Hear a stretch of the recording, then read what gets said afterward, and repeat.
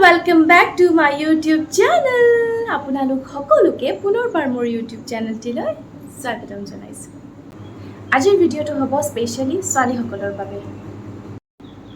আজিৰ তাৰিখত ছোৱালীসকলে ভোগা এটা অন্যতম প্ৰবলেম হ'ল এবসেন্স পিৰিয়ড, যাক এমেনৰিয়া বুলি কোৱা হয়।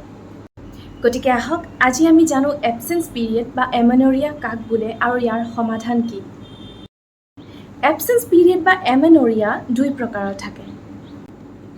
তাৰ এটা কোৱা হয় প্ৰাইমাৰী এমেনৰিয়া আৰু এটা কোৱা হয় সেকেন্ডাৰী এমেনৰিয়া। এতিয়া কম প্ৰাইমাৰী এমেনৰিয়াৰ বিষয়ে। জেনেৰেলি আমি জানো যে এজনী ছোৱালী 12 বছৰ বয়সৰ পৰা যদি পিৰিয়ড ষ্টাৰ্ট হয় সেইটো আমি মেডিকেল সায়েন্সৰ হিচাপত নৰ্মেল বুলি ধৰোঁ।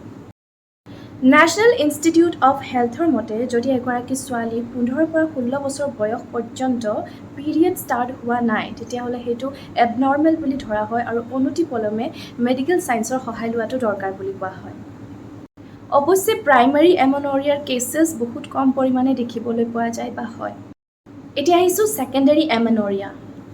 নৰ্মেলি 25 ডেইজৰ পৰা 30 ডেইজৰ ভিতৰত যদি পিৰিয়ড হয় সেইটোক নৰ্মেল পিৰিয়ড বুলিয়ে কোৱা হয় আৰু তাৰ পিছত যদি 30 ডেইজ ক্ৰছ কৰি যায় তেতিয়া সেইটো সেকেন্ডাৰী এমেনৰিয়াত পৰে। বহুত কেছেছ এনেকুৱা দেখিবলৈ পোৱা যায় য'ত এমাহ পিৰিয়ড পাৰ হৈ গৈছে, 2 মাহ হৈ গৈছে, 3 মাহ হৈ গৈছে। মইতো এনেকুৱা ছোৱালী লগ পাইছোঁ যিবিলাকৰ পিৰিয়ড 2 বছৰ 3 বছৰলৈকে হোৱা নাই। সেইবোৰ সাংঘাতিকভাৱে সেকেন্ডাৰী এমেনৰিয়া বা এবসেন্স পিৰিয়ডত পৰে। এমেনৰিয়াৰ ৰিজন বহুত কেইটা হ'ব পাৰে, যেনে থাইৰয়েড, সঠিক ডায়েট প্লেন নোহোৱা, হিমোগ্লোবিনৰ অভাৱ, ডিপ্ৰেশ্যন, এনজাইটি, হৰম'নেল ইনবেলেন্স, আচৰিতভাৱে অত্যাধিক ওজন বঢ়া বা কমা, অভাৰী চিষ্ট, এইবোৰ কাৰণত আৰু এনেকুৱা বহুত কিবা কাৰণ আছে যাৰ কাৰণে এমেনৰিয়াৰ সন্মুখীন বহুত ছোৱালী হ'বলগীয়া হয়। আজি কিছুমান ঘৰুৱা উপায় মই লৈ আহিছোঁ আপোনালোকৰ ওচৰলৈ আৰু আপোনালোকে সেইবোৰ ফ'ল' কৰি আপোনালোকে বহুত সুফল পাব পাৰে। আৰু যিবোৰ হোম ৰেমেডিজ আপোনালোকক ক'ম মই সেইবোৰ অলৰেডি মোৰ ওপৰত মই ফ'ল' কৰি চাইছোঁ, মই টেষ্ট কৰি চাইছোঁ যে কেনেকুৱা সেই পাওঁ, তাৰপিছতহে মই আপোনালোকক ইনফৰ্মেশ্যনটো দিছোঁ। নম্বৰ 1, আজৱাইন। আমি সকলোৱে চিনি পাওঁ আজৱাইন কি। 15 মিলিমিটাৰ পানীত 6 গ্ৰাম আজৱাইন লৈ সেইটো বইল কৰিব আৰু বইল কৰি সেই পানী দিনত 3 বাৰকৈ খাব। ইয়াৰ উপৰিও আজৱাইন চাহত দিও 2 বাৰকৈ খাব পাৰিব। এইখিনিতে মই আপোনালোকক এটা গুৰুত্বপূৰ্ণ কথা কওঁ, যদি আমাৰ নৰ্মেলি যিহেতু আমি সকলোৱে জানো 25 দিনৰ পৰা 30 দিনৰ ভিতৰত যদি পিৰিয়ড হয় সেইটো নৰ্মেল পিৰিয়ড আৰু আপোনালোকে জানিব যে সেই পিৰিয়ডটো যদি 30 দিন বা 25 দিনৰ আগত কৰিবৰ কাৰণে এইবোৰ হোম ৰেমেডিজ ট্ৰাই কৰে সেইটো একেবাৰে বেয়া হ'ব হেল্থৰ কাৰণে।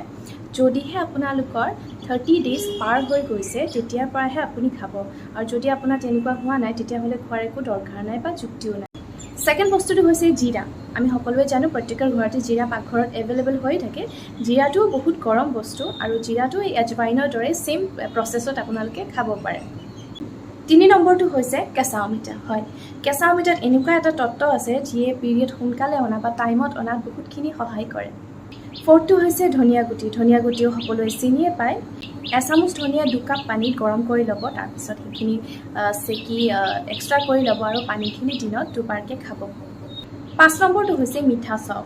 আমি যে বিয়াত খাওঁ বা মুখখন বেয়া লাগিলে আমি মিঠা চফটো খাওঁ, সেইটোৰ কথাই কৈছোঁ। 1 গিলাচ পানীত 2 চামুচ চফ ৰাতি তিয়াই থৈ দিব আৰু ৰাতিপুৱা সেইখিনি চেকি পানীখিনি খাব। 6 নম্বৰটো হৈছে মেথি গুটি। আপোনালোকে সকলোৱে জানে যে মেথি গুটি এনেও আমাৰ কাৰণে ভাল, আমাৰ স্বাস্থ্যৰ বহুত কিছুমান বেমাৰৰ কাৰণেও মেথি গুটি ভাল। গতিকে মেথি গুটিটো আপোনালোকে প্ৰয়োগ কৰিব পাৰে। মেথি গুটিৰ প্ৰচেছটো সেই একে, পানীত তিয়াই থৈ দিব আৰু ৰাতি তিয়াই থৈ দিব আৰু ৰাতিপুৱা সেৱন কৰিব। এনেকুৱা বহুত বেছি উপায় আছে যিবোৰ আপোনালোকে প্ৰয়োগ কৰি আপোনালোকৰ পিৰিয়ড টাইমত আনিব পাৰিব। তাৰোপৰি কিন্তু মই এটা কথা কওঁ যে পাৰ্চনেলি যিটো মই ট্ৰাই কৰি চাইছোঁ আৰু মই সুফল পাইছোঁ এতিয়া সেইটোৰ বিষয়ে কওঁ। আদাৰ ৰস।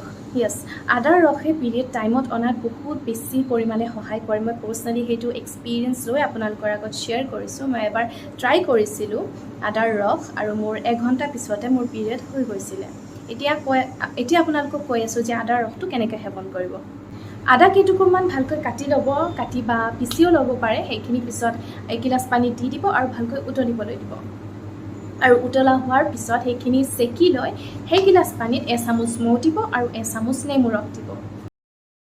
এই প্ৰচেছটো এদিনত এবাৰকৈ কৰিব 3 দিনমান কৰি চাওক কিছুমানৰ এদিনতে এই প্ৰমাণটো পোৱা যায় আৰু কিছুমানৰ 2 দিনমান লাগে আপোনালোকে কৰি চাওক আৰু জোখতকৈ বেছিও নাখাব তেনেকৈ মই যেনেকৈ কৈছোঁ তেনেকৈ খাবলৈ চেষ্টা কৰিব আৰু মোক জনাব কেনেকুৱা পাইছে যিসকলে মোৰ নাইট স্কিন কেয়াৰ ভিডিঅ' চাব বিচাৰে সেইসকলে কমেণ্টত মোক জনাওক আই হোপ আপোনালোকে ভিডিঅ'টো চাই আজি বহুত ভাল পাইছে আৰু আপোনালোকৰ অলপ হ'লেও কিবা লাভ হ'ব গতিকে আজিলৈ বিদায় মাগিছোঁ পুনৰ এটি নতুন ভিডিঅ'লৈ মই হিয়া কলিতা আপোনালোকৰ মাজলৈ আহিম টিল দেন বাই বাই